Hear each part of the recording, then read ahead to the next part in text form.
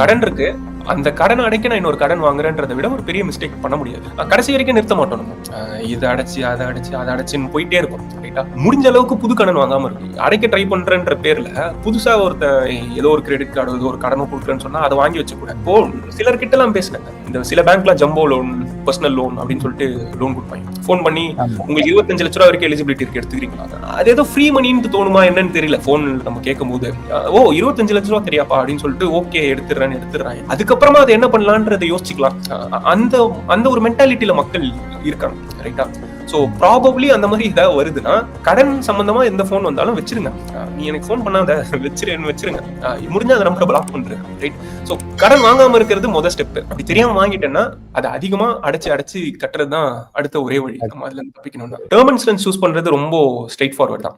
அதாவது plain term இன்சூரன்ஸ்னா நான் போடும் போது 60 வயசுக்கு மேல போடக்கூடாது. மேக்சிமம் வேணும்னா 65 வயசு வரைக்கும் போட்டுக்கலாம். ரைட்டா? போடும் போது கேட்பாங்க எவ்வளவு வயசு வரைக்கும் போட்டுக்கிறீங்க அப்படின்ட்டு. 65 வயசு வரைக்கும் போட்டுக்கிறேன்னு சொல்லணும். அதுக்கு மேல போக கூடாது.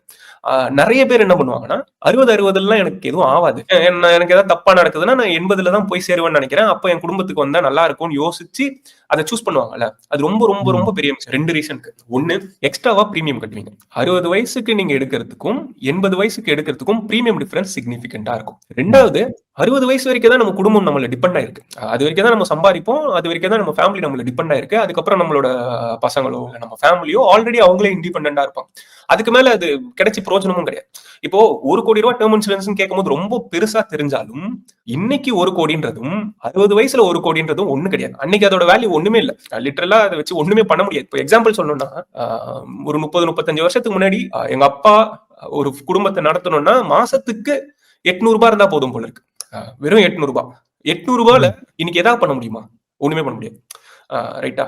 சோ பண வீக்கம் இல்ல இந்த இன்ஃபிளேஷன் காரணமா இன்னைக்கு 1 கோடின்றது இல்ல, இன்னைக்கு நீங்க எவ்வளவு வேணாலும் இன்சூரன்ஸ் எடுத்துக்கோங்க. ப்ராபப்லி 60-65 வயசுக்கு மேல அதுல பெரிய யூஸ் ஃபேமிலிக்கு இருக்க போறது கிடையாது. அதனால எடுத்த 60-65 வயசு வரைக்கும் எடுத்தா போதும். பிளேன் டேர்ம் இன்சூரன்ஸ் எடுத்தா போதும். அதாவது உங்களுக்கு ரிட்டர்ன் ஆஃப் பிரீமியம் கொடுக்குறேன் அப்படின்னு ஒன்று சொல்லுவாங்க. ரிட்டர்ன் ஆஃப் பிரீமியம்னா நீங்க 1000 ரூபாய் கட்டுறதுக்கு பதிலா மாசம் 5000 ரூபாய் கட்டுங்க. கட்டிட்டே வந்தீங்கன்னா நீங்க கடைசியில இருந்துட்டீங்கன்னா உங்களுக்கு நீங்க கட்டின காசு எல்லாம் சேர்த்து உங்களுக்கு கொடுத்துருவோம் அப்படின்னு சொல்லுவாங்க. அதுல பெரிய பிரோஜனம் எல்லாம் கிடையாது. இப்ப 1000 ரூபாய் கட்டுறீங்கன்னு வச்சுக்கோங்க. அந்த 1000 ரூபாய் நீங்க பாட்டு கட்டிட்டு போயிட்டு அந்த எக்ஸ்ட்ரா 4000 ரூபாவை நீங்களே எடுத்துட்டு போய் எஸ்ஐபி பண்ணிருங்க.